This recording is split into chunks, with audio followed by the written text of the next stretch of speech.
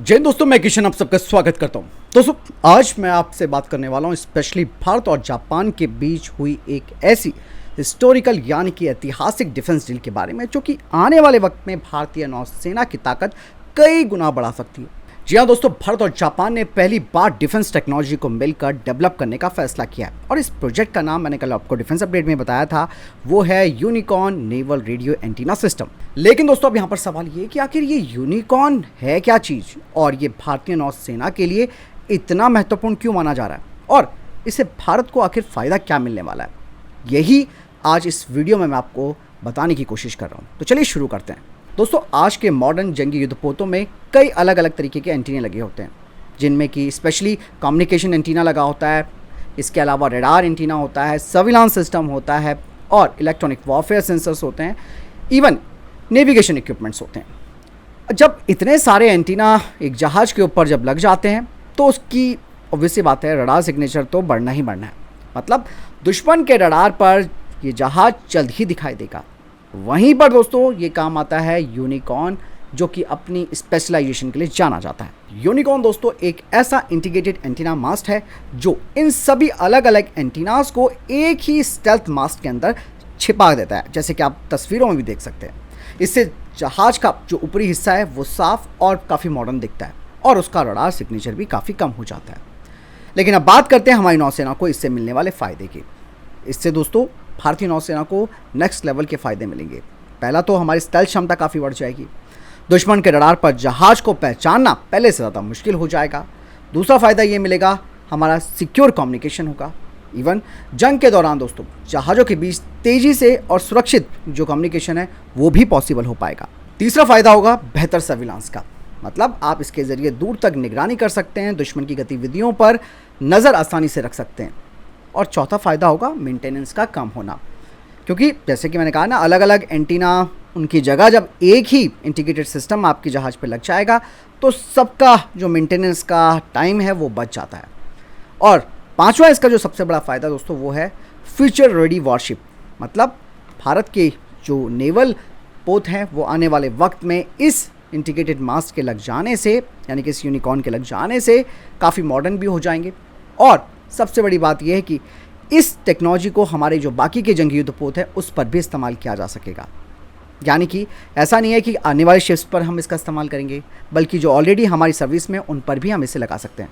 दोस्तों मैं आपको बता दूं कि प्रधानमंत्री नरेंद्र मोदी और जापान की प्रधानमंत्री सनाए ताकाइची की मौजूदगी में इस समझौते को फाइनल रूप दे दिया गया और ये भारत और जापान का पहला जॉइंट टेक्नोलॉजी डेवलपमेंट प्रोजेक्ट है।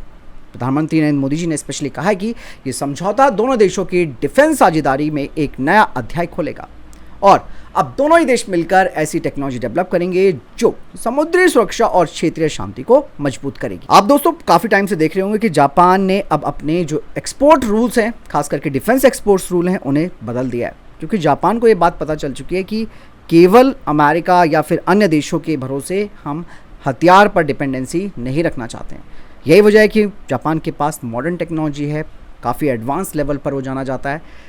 अब डिफेंस के क्षेत्र में वो कदम रख चुका है जो कि कहीं ना कहीं आगे चलकर जियोपॉलिटिक्स में अमेरिका के सामने भी एक बड़ी टेंशन क्रिएट कर सकती है। बट फिर भी हम यहाँ पर बात कर रहे हैं कि जापान अपने डिफेंस एक्सपोर्ट रूल को भारत के लिए, स्पेशली भारत के लिए ही नहीं बल्कि जो उसके फ्रेंडली फॉरेन नेशन है उनके लिए खोल रहा है, क्योंकि अभी तक जापान काफ़ी सीमित था इस चीज़ को देने के लिए, यानी कि अपनी डिफेंस टेक्नोलॉजी को वो किसी को आसानी से नहीं देता था।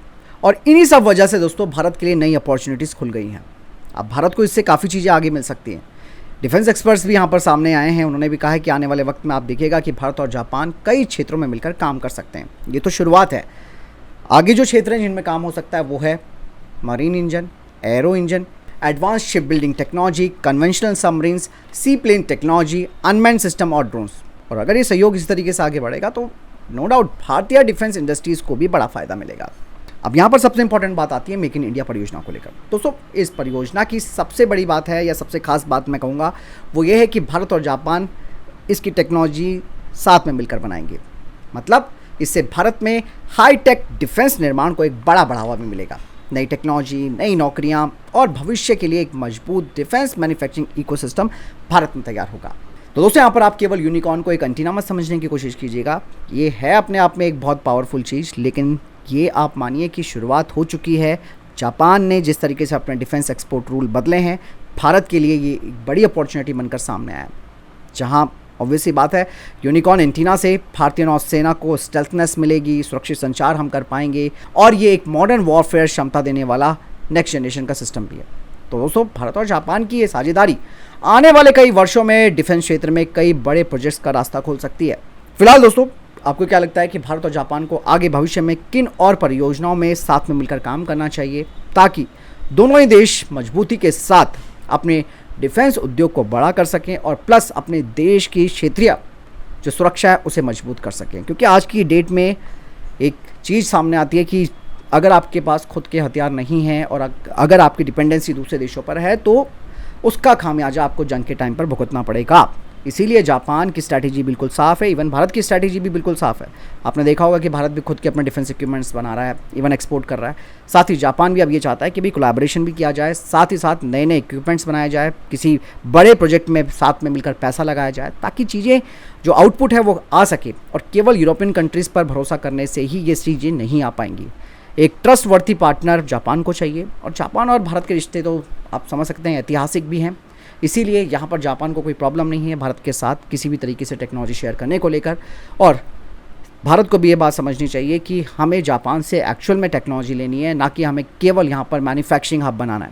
क्योंकि मैन्युफैक्चरिंग हब बनने से फिर आप केवल स्क्रूगिरी जो ड्राइवरी होती है, स्क्रू ड्राइवरी जिसे कहते हैं, वही आप कर सकते हैं। अदरवाइज़ अगर रियल टीओटी अगर आपको मिलता है, दोनों देशों के बीच ट्रस्ट का लेवल बढ़ता है, तो फिर एक ऐसी चीज़ सामने आ सकती है जो भविष्य में गेम चेंजर सॉल्यूशंस लेके आ सकती हैं दोनों ही देशों के आर्म फोर्सेस के लिए।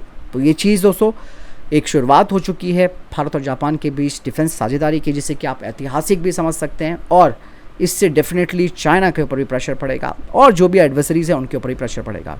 क्योंकि जापान, जैसे मैंने कहा, कि हाईटेक टेक्नोलॉजी के लिए जाना जाता है, रोबोटिक्स में काफ़ी आगे है। अब डिफेंस में वो टेक्नोलॉजी सामने आ रही है उनकी, और वही टेक्नोलॉजी को धीरे धीरे अब भारत में भी लाया जाएगा। बहुत चीज़ें दोस्तों, जापान का भारत में के नॉर्थ ईस्ट में भी काफ़ी अच्छा खासा इन्वेस्टमेंट है, काफ़ी सारे प्रोजेक्ट्स पर भी वो काम कर रहा है भारत के साथ मिलकर। तो चीज़ें बताती हैं कि बहुत सोच समझकर जापान अपनी टेक्नोलॉजी भारत के साथ शेयर करेगा। फिलहाल इस बारे में आपकी क्या राय है, कमेंट सेक्शन में लिखकर जरूर बताइएगा। मिलता हूं नई वीडियो के साथ, ख्याल रखिएगा अपना। जय हिंद, वंदे मातरम।